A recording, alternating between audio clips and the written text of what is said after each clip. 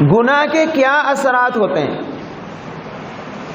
یاد رکھیں، گناہ کا سب سے پہلا اثر یہ ہوتا ہے کہ دل میں سیاہی پیدا ہوتی ہے۔ انسان گناہ کرتا ہے، دل میں ایک دھبا لگ گیا، پھر گناہ کیا، پھر دھبا لگ گیا، نتیجہ یہ ہوتا ہے کہ دل سیاہ ہو جاتا ہے۔ اور آپ جانتے ہیں کہ آئینہ اور شیشہ اگر اس پر ایک ایک نقطہ سیاہی کا لگتا چلا جائے، اس میں کسی دوسرے کا منہ تو کیا نظر آئے گا، شیشے کے مالک کا اپنا منہ بھی نظر نہیں آتا۔ گناہ کا نقد و نقد نقصان یہ ہوتا ہے کہ گناہ سے دل و دماغ کی زمین بنجر ہو جاتی ہے۔ بھائی بات سمجھ میں آ گئی؟ جب دل و دماغ کی زمین بنجر ہوتی ہے تو اس کا نقصان کیا ہوتا ہے؟ سب سے پہلا نقصان یہ ہوتا ہے، غور کرنا بھائی، سب سے پہلا نقصان یہ ہوتا ہے کہ عبادت کی لذت اللہ اٹھا لیتے ہیں۔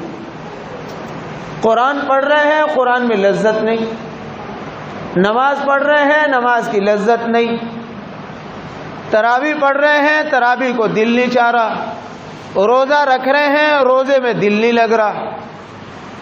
گناہ کی نقد و نقد نحوست یہ ہوتی ہے کہ اللہ عبادت کی لذت کو چھین لیتے ہیں۔ بنی اسرائیل میں ایک بندے سے گناہ ہوا، اس نے وقت کے نبی سے پوچھا کہ گناہ کرنے سے کوئی نہ کوئی نقصان ہوتا ہے، میرا تو کوئی نقصان ہوا نہیں۔ وقت کے نبی نے اللہ سے پوچھا کہ اے اللہ یہ سوال ہوا ہے، تو اللہ نے فرمایا اس سے پوچھو کہ پہلے تجھے جو تہجد اور عبادتوں میں لذت آتی تھی اب آتی ہے؟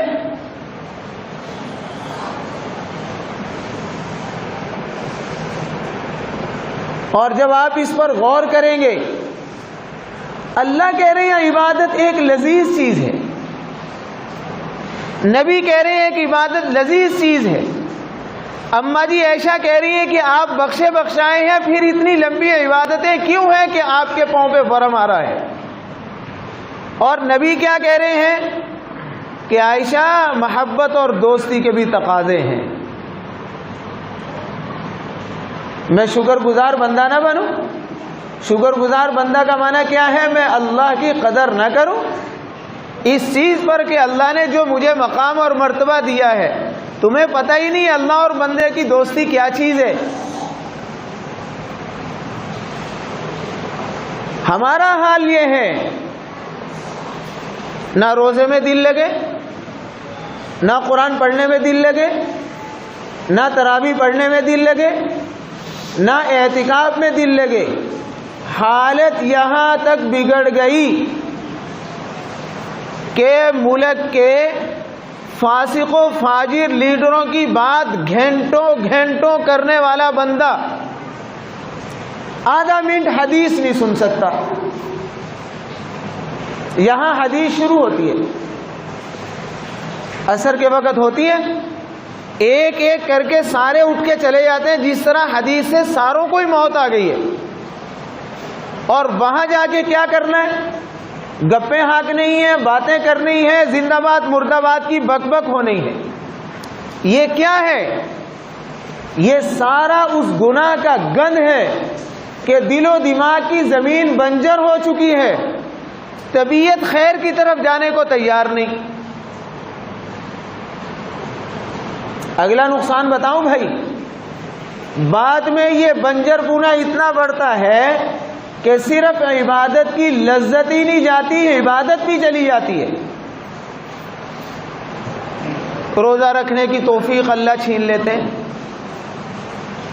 نماز پڑھنے کی توفیق نہیں ہو رہی، لیلۃ القدر آ گئی ہے اس کی توفیق نہیں ہو رہی، تراویح کا موقع ہے تراویح کی توفیق نہیں ہو رہی، فارغ بیٹھے ہیں اللہ اللہ کی توفیق نہیں ہو رہی۔ دنیا جہان کی بکواسات سے جبڑا نہیں تھکتا، صبح سے لے کر شام تک بک بک کرنے سے جبڑا نہیں تھکتا، اور ایک تسبیح اللہ اللہ کرنے سے جبڑا دکھنے لگ جاتا ہے. کیا ہے یہ اس گناہ کی نحوست ہے جس سے دل و دماغ بنجر ہو گئے. تو اللہ پہلے عبادت کی لذت لیتے ہیں اور پھر عبادت لے لیتے ہیں. میں اگلی بات کہنے لگا ہوں بھائی توجہ کر لینا. اس کے بعد اگلا کیا ہوتا ہے؟ اگلا یہ ہوتا ہے کہ نیک بندوں سے نفرت ہونے لگ جاتی ہے. یہ پیسے کا بخار یا عہدے کا بخار نہیں ہوتا، اللہ کی لعنت اور پھٹکار ہوتی ہے.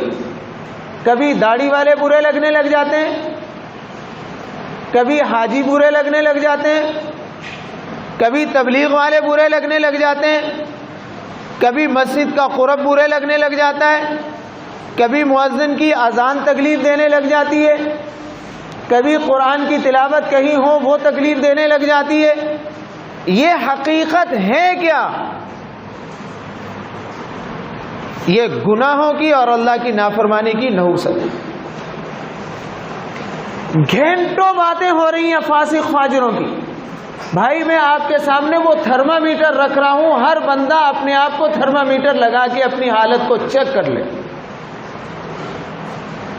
فاسق فاجروں کی گفتگو ہو رہی ہے گھنٹوں، طبیعت نہیں تھک رہی. نبی جیسی پاکیزہ ہستی کی بات 5 منٹ ہو گئی، طبیعت بوجھل ہو گئی. صحابہ کی بات ہو رہی ہے، طبیعت بوجھل ہو گئی.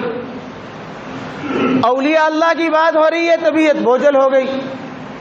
علماء کی بات ہو رہی ہے، طبیعت بوجھل ہو گئی. یہ کیا ہے؟ یہ ہماری دل و دماغ کی زمینوں کا بنجر ہو جانا ہے. اس بنجر ہونے کا نتیجہ یہ ہے کہ خیر سے طبیعت مانوس نہیں ہوتی، غیر مانوس ہو جاتی ہے اور شر سے مانوس ہو جاتی ہے. برے لوگوں کی باتیں ہو رہی ہیں صبح سے لے کر شام تک، کوئی طبیعت میں تھکاوٹ نہیں. اللہ رسول کی بات ہو رہی ہے تو طبیعت بوجھل ہو گئی. گاڑی میں بیٹھے گانے چل رہے ہیں 6 گھنٹے، طبیعت بوجھل نہیں. کسی عالم کی تقریر لگ گئی، موت پڑنے لگ گئی. قرآن شروع ہو گیا تو یہ آپ کو یہ چیزیں حدیثیں یاد آنے لگی کہ جب کوئی سو رہا ہو قرآن بند کر دینا چاہیے. بات ٹھیک ہے لیکن پیچھے خناس ہے. جب لوگ توجہ نہ کریں قرآن کو بند کر دینا چاہیے. بات ٹھیک ہے پیچھے خناس ہے. بھائی بات سمجھ میں آ گئی؟ اس لیے گناہ کی نحوست سے سب سے پہلے دل و دماغ بنجر ہوتے ہیں.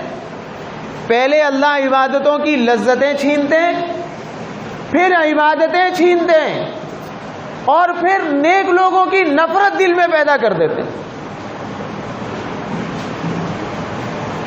کہیں تبلیغ والوں پہ تبصرے ہو رہے ہیں، کہیں علماء پہ تبصرے ہو رہے ہیں.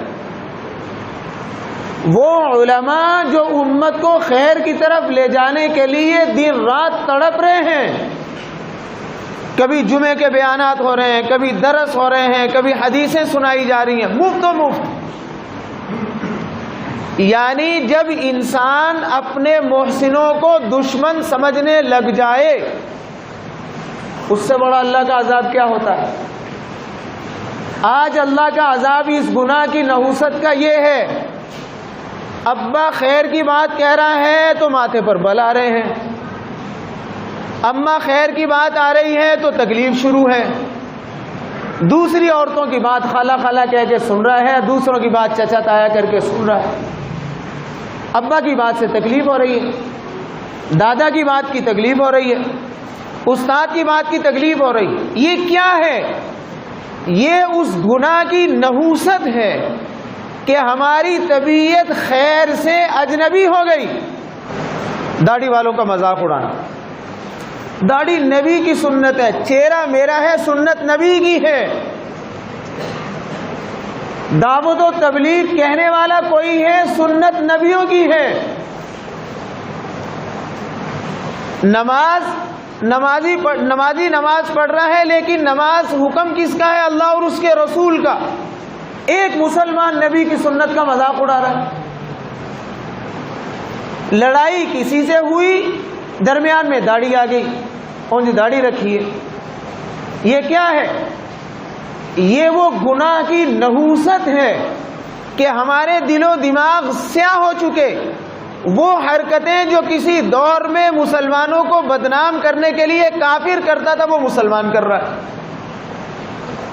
کافر داڑھی کو بدنام کرنے کی کوشش کرتا تھا، یہ کام مسلمان کر رہا ہے. کافر علماء کو بدنام کرنے کی کوشش کرتا تھا تاکہ علماء کا احترام لوگوں سے نکل جائے. اور یاد رکھیں علماء دین کے ٹھیکیدار نہیں ہیں لیکن دین کے چوکیدار ضرور ہیں. اور چوکیدار سے نفرت ہمیشہ چور کو ہوتی ہے. ہمیشہ چور اور ڈاکو کو سب سے پہلے خطرہ چوکیدار سے ہوتا ہے. وہ پہلے اس کو گندا کرنے کی کوشش کرتا ہے، پھر گندا نہیں ہوتا اس کو گولی مارنے کی کوشش کرتا ہے. میں ٹھیک بول رہا ہوں بھائی؟ بات سمجھ میں آ رہی ہے یا ہوائی پھیر میں نہیں کر رہا ہوں؟ یہ حقیقت ہے اور یہ سچ ہے. یہ تو دنیاوی نقصان تھے. آخرت کا نقصان کیا؟ گناہ سے قبر کی زندگی تباہ، میدان حشر جہاں ایک دن 50,000 سال کا ہوگا وہ تباہ، پل صراط کی زندگی تباہ، اور اس کے بعد جہنم کی زندگی جو تباہ شدہ زندگی ہے وہ آئے گی. نقد نقصان بھی ہوا اور آئندہ کا جو ہے وہ بھی بیڑا غرق ہو گیا.